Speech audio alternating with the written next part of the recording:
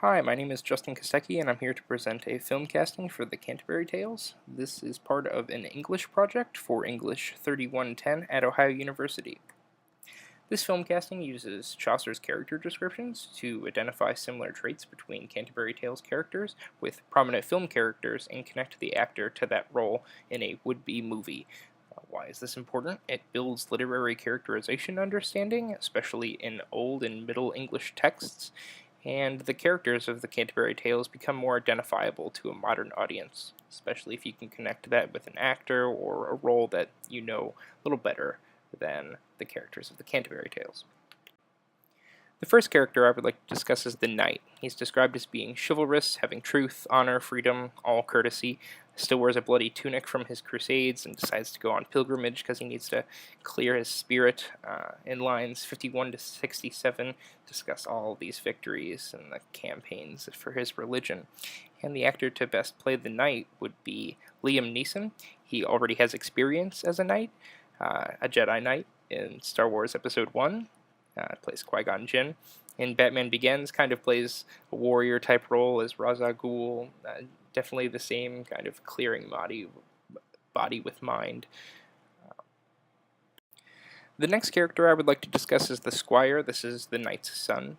Some physical attributes that describe him include curly locks. He's very young, about 20 years old.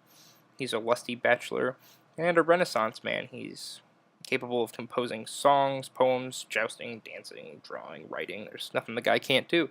And in modern terms, that actor is kind of Justin Timberlake. He's a singer-songwriter, performer, definitely shares the curly hair.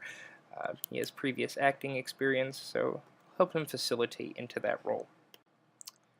The next character of the Canterbury Tales I would like to discuss is the Prioress. She takes a lot of pleasure in proper etiquette. She's full of pity when it comes to animals. She overfeeds her dogs better than most humans eat for the time.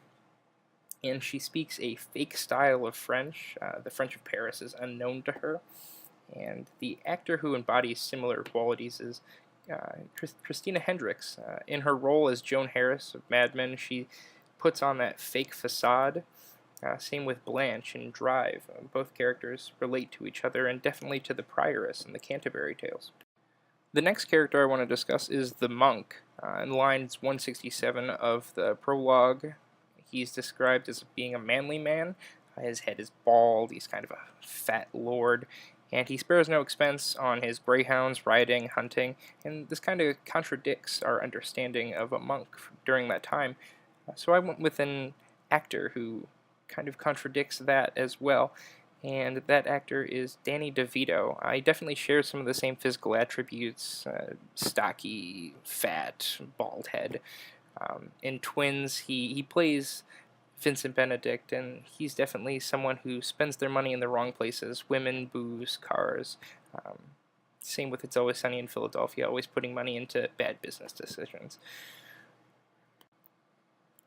Next is the Franklin.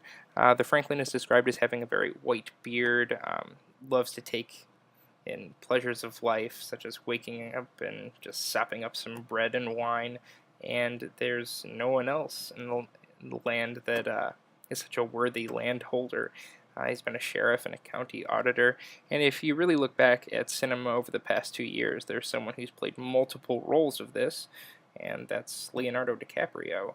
His characters are always indulging in pleasures, such as The Wolf of Wall Street, Jordan Belfort, guys constantly doing cocaine in the movie, The Great Gatsby, along that lines of overindulging, and Calvin Candy with his white cake in Django Unchained.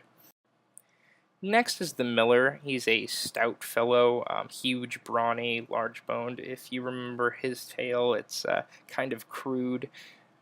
He can break down a door, even if he has to do it with his head.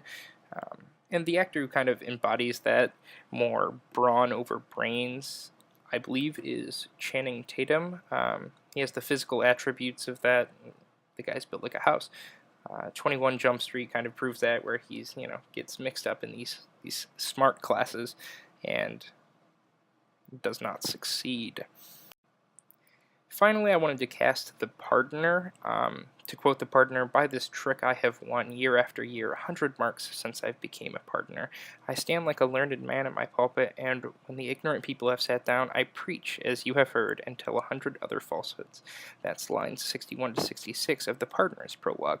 Some physical attributes that describe him include staring eyes like a hare's and a voice as thin as a goat's. And the actor who kind of embodies a lot of the Pardoner is Tom Hiddleston. In the Thor franchise, he plays Loki, so he's already accustomed to tricking people. His physical attributes, look at those piercing eyes. I mean, come on. So Tom Hiddleston definitely embodies a lot of what the Pardoner is about, and that's the end. Thank you very much for your time.